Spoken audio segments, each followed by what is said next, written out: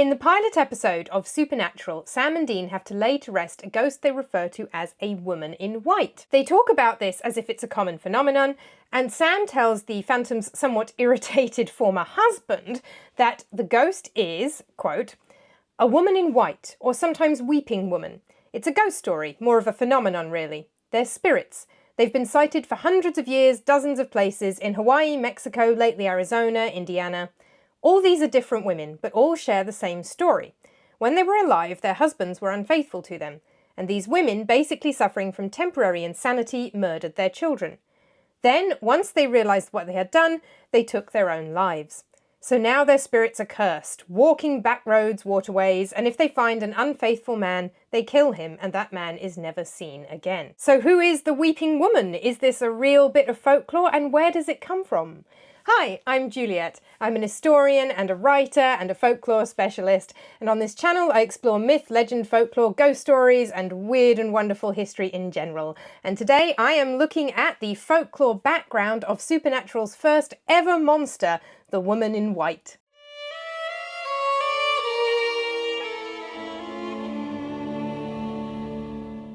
The story of the first ghost that Sam and Dean fight in Supernatural is based on the Mexican legend of La Llorona, the weeping woman, or the woman in white, as Sam said. In this episode, the woman in white is identified as a woman called Constance Welch, who's obviously a fictional woman written for the episode, and as Sam says, the story is attached to lots and lots of different women, but with similar story patterns, and that is true of the folklore as well. The story, as it appears in Supernatural, basically mixes together three different folklore tropes: La Llorona, women in white in general, the phenomenon of ghostly women in white, and phantom hitchhikers. I've already done an entire video on phantom hitchhikers, so I'll link that below. I'm not going to talk about that aspect of it too much here because I've talked about it already.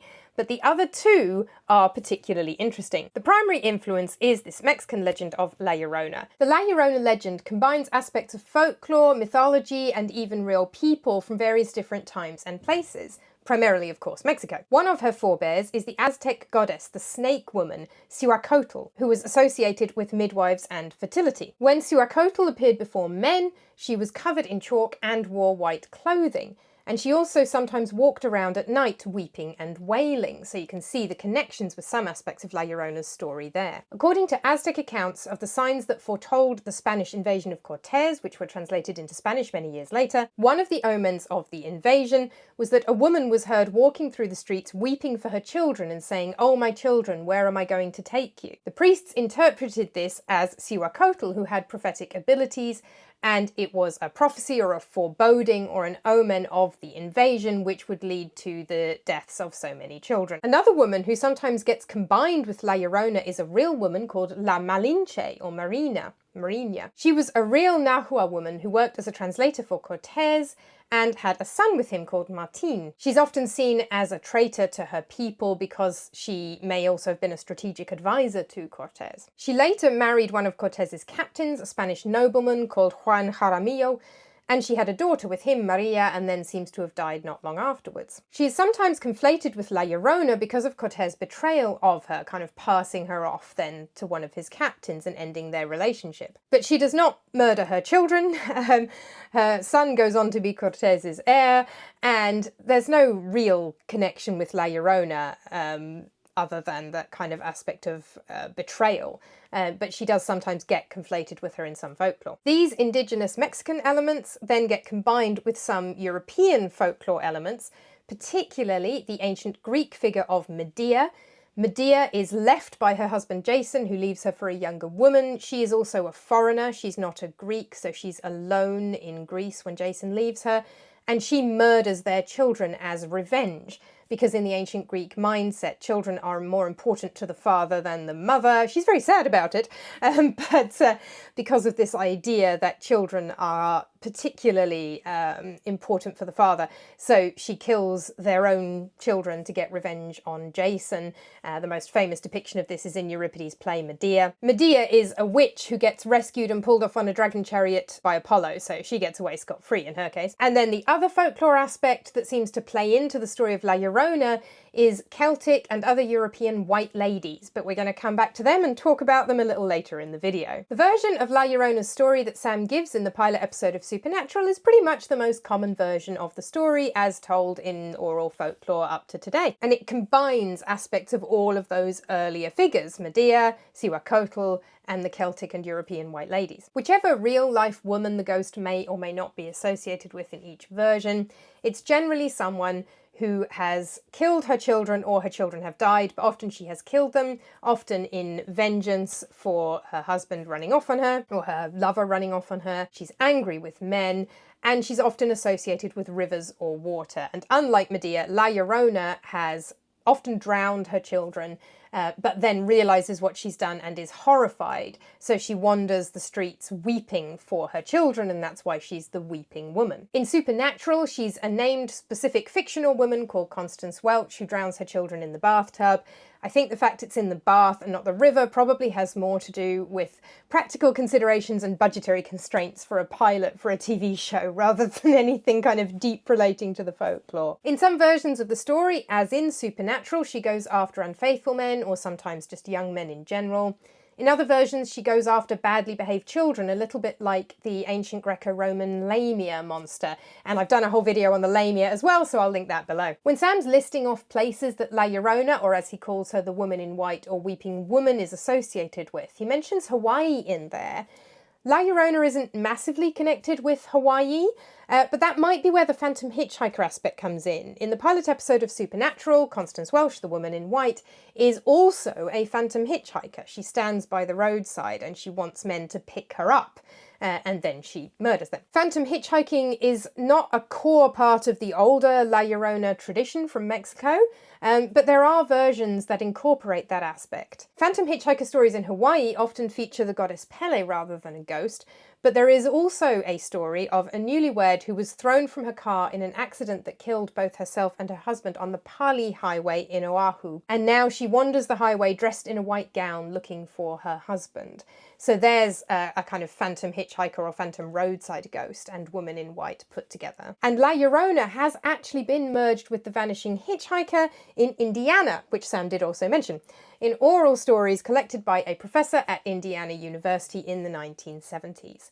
So the conflation of La Llorona and the vanishing hitchhiker or phantom hitchhiker isn't unique to Supernatural, although it is one of the less common versions of the story. Although the version of the story of the woman in white that Sam talks about is very clearly La Llorona, there are other stories of ghostly women in white in various contexts from all around the world. I'm not going to list every single one. This is definitely not an exhaustive list, but just to highlight a few interesting examples. In Japanese Edo period art, the Edo period is 1603 to 1868, female ghosts tend to have long flowing hair, beckoning hands, and they tend to be wearing white, with the body tapering away to nothing below the waist. One of the reasons for this is burial clothing in the Edo period was white. For women, a burial kimono has the right side of the kimono crossing over the left instead of vice versa. In 1750, artist Maruyama Okyo saw a vision at night of his dead lover Oyuki, unnaturally pale, drained of blood, and wearing a white burial kimono with her long black hair dishevelled, and she had no feet. Okyo woke up and painted what he'd seen, a very famous painting called The Ghost of Oyuki, and he started a trend. So loads of Japanese art from the Edo period and beyond depicts ghosts, male or female, but it's particularly associated with female ghosts, as being dressed in white with no body or no feet and this long flowing hair. And while they might have feet, the rest of the image will be pretty familiar from Japanese horror films as well. And this is the reason why a lot of famous Japanese ghosts are shown in white clothing, including 2 of the 3 Sano Yurei. Yurei means ghost. These are the 3 great Yurei, or ghosts, of Japanese culture. Okiku, a servant who dies unjustly, often in a well, and is part of the inspiration for the ghost from The Ring. and Oiwa, a wronged wife seeking vengeance. The third of the three great ghosts, Otsuyu from the story of the Peony Lantern, is not so often shown in white because in that story the lover does not realise that she is a ghost until too late. So she doesn't always appear looking like a ghost because the point of the story is that he can't tell she's a ghost. But the other two are very much depicted in this classic feet missing or half a body, white clothes, long hair manner quite a lot. Some stories of ghostly women in white are just ghost stories where the woman happens to be wearing white. Sometimes the white clothing doesn't seem to be quite so significant. There's a South African example which also interestingly overlaps with phantom hitchhikers. Rudd House in South Africa is said to be haunted by several ghosts, including the first owner, Charles Darnell Rudd, and a crying baby. But according to Darnley Sullivan in Ghosts of South Africa, another of the ghostly residents is a lady in white who is seen standing on the veranda. She stares out from the veranda in a gossamer white dress with a sad look in her eyes. A local resident saw her as he drove past the house and then was slightly perturbed when he looked around and saw her sitting in the car next to him on the way home on a dark night, silently looking at him. He had two companions in the car with him, but although they could feel the cold, they could not see her, only him. That's a fascinating ghost story for several reasons, but the white clothing on the woman does seem to be more to do with the fashions for clothing of women from that period living in that house in South Africa more than it is to do with any kind of deeper meaning to the white clothing. However, there are other examples, and even quite recent examples, where the white clothing does seem to have some kind of significance beyond just somebody happened to be wearing white. There is a very recent story from Thailand. 7 teenagers broke into an abandoned house near Bangkok in 2015. 3 months later, 2 of them died in a motorcycle accident, and according to Jason Ward in Haunted Thailand, witnesses said there was a lady with long hair dressed in a white dress who was also on the bike. Her body was nowhere to be found. A year later, another of the gang also died in a motorcycle accident, and again there were reports of a long-haired woman in white who again disappeared. The next year, another 2 of the boys died in a house fire. According to a neighbour, a woman in white was seen entering the building just before the fire. A local medium said the teenagers were being pursued by an angry and vengeful spirit from the house they had broken into. Fortunately, at the time Ward was writing in 2019, the remaining 2 were still alive. But we can see there the association of the woman in the white dress and the long hair with some kind of vengeful spirit, maybe a ghost of a dead person, maybe even something else altogether.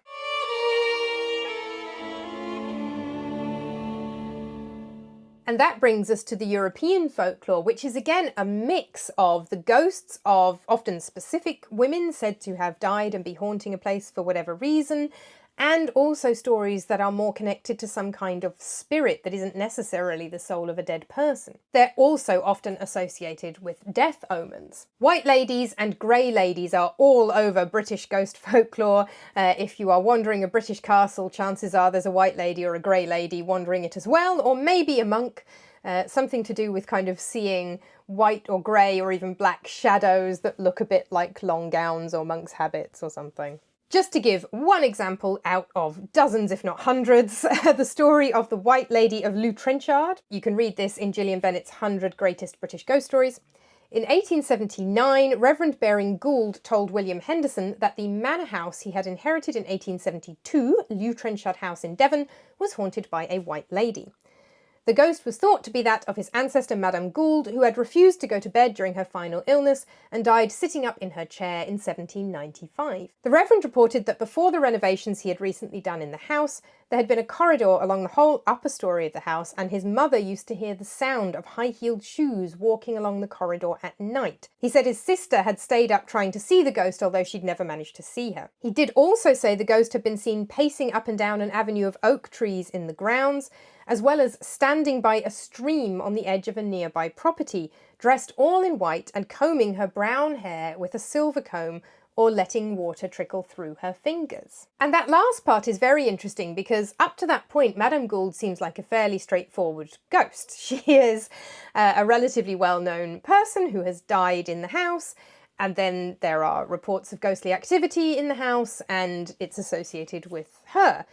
So far, so straightforward. There's not a specific reason she's wearing white. A other than maybe that's what she was wearing. But that last part where she's sitting by a river combing her hair connects her to an entirely different part of Celtic, British and European folklore. There are a number of stories of both mysterious white ladies and women in white from Celtic folklore, as well as spirits and death omens, particularly associated with rivers. So the Banshee from Irish mythology, not so much associated with the white colour, but with sitting by the river, the hair combing. The Banshee also screams and wails and screeches, which is a slightly separate aspect. Other British folk tales refer to a washerwoman who is found washing clothes in a river, or sometimes washing blood out of clothes in a river, who is an omen of death. And then in some cases, these spirits or omens or mysterious beings take the form of white ladies. In Brittany, the Dames Blanches can be found as ghosts or similar to spirits of that name, known from Normandy and Lorraine, from Germany, where they are Weiße Frauen, and from the Netherlands, where they are Witte Wieven. These are often spirits, elves or fae, particularly in the Norman, German and Dutch versions. In Brittany, it can be the kind of classic ghost haunting a castle, or it can be the white lady spirit version. These do all sorts of things depending on the local folklore of wherever we happen to be in Europe. They might help or hinder mortals. Some of them guard treasure, some of them haunt castles. Several of the Breton ones haunt castles. Some of them lurk around in the forest or even under a bridge like a troll, trying to get passers-by to dance with them. So we'll finish off by looking at one specific Celtic example of this trope, which is the Welsh Ladi Wen. Ladi Wen in Welsh folklore is especially, though not exclusively, seen around Halloween, Nos Galengaeth, and she is often, though again not exclusively, associated with bodies of water, just like La Llorona, the Banshee, the Washerwoman, and several others. In 1970, Jane Beck had suggested there were two distinct types of this ghost in Welsh folklore: Dinas Muin Gwyn, the lady in white, which is a revenant in white clothing, and Ladi Wen, or Ladi Wen, or Lady Wen, depending which part of Wales you're in, a spectre haunting locations where violent death had occurred.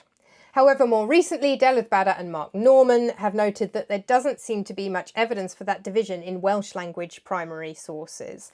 Ladi Wen or Ladi Wen is the usual term. The story is even reflected in some Welsh place names. One example is a rocky area near Barmouth in Snowdonia National Park, the area of Bwlch y Rhugl, which was known in the 19th century as Ladi Wen after the murder of a young woman there. Her ghost was believed to have turned the rock into the form of a girl. And like the other Celtic and other European white ladies, the Ladi Wen can appear in various contexts, sometimes as a ghost and sometimes as another type of spirit. Sometimes she foretells death. She might lurk by the roadside or under a road, and sometimes she reveals buried treasure. Another example that combines several of these elements we've seen over and over again, the water, the death omen, the lady in white, is the story of Susan Scott. She was a maid who drowned herself in a deep pool in North Wales, in between Cerrig-y-Drudion and Corwen. Her ghost was seen in the 19th century in the form of a white woman moving between the cave of Parlour y Glyn, which is Parlour of the Valley, and the lake. After not being seen for a while, in 1915, 4 girls on their way to sing Christmas carols met the ghost, who had a pair of wings, and the ghost told them Susan Scott is still alive, and that death would surround the girls over the next few days. Then she left, making a terrible screeching sound, and there's the Banshee again. All 4 girls lost immediately family members shortly afterwards. So that's a mix of, there's an angel in there with the wings and the Banshee and a ghost and a woman in white, whether that's ghost or spirit, and a death omen, and it's all mixed up together in one glorious whole. Interestingly, Supernatural didn't really go with the death omen aspect, but of course Supernatural had gone with the Vanishing Hitchhiker variant from Indiana, so that's partly why the kind of prophecy death omen side didn't come across quite so strongly in their version, and also, of course, they've already combined several different elements into the version they were doing anyway. But these European women in white probably figure into the development of the La Llorona story, merging with the Aztec traditions, the Aztec mythology, and with new folklore and traditions being created by the combination of the two. So the first monster to appear in Supernatural is surprisingly accurate to the folklore. I love Supernatural, it's one of my favourite shows. Some of their depictions of myth, legend and folklore are not quite so close to the story as usually recognised in the tradition. Calliope stands out from season 10. The Greek muse, the goddess Calliope, who appears in season 10, has very little in common with Greek mythology around Calliope. But La Llorona is really very close, particularly to the Indiana variant of this Mexican story. If you enjoyed this video, please do give it a like, subscribe to my channel for myth, legend, folklore, ghost stories, witchcraft and weird and wonderful history in general. My book, Creepy Classics, Ghost Stories from Ancient Rome, is available now to pre-order from Amazon on the Kindle, and it will be available in paperback on the 1st of October, so do pick up a copy of that one. And until next time, bye!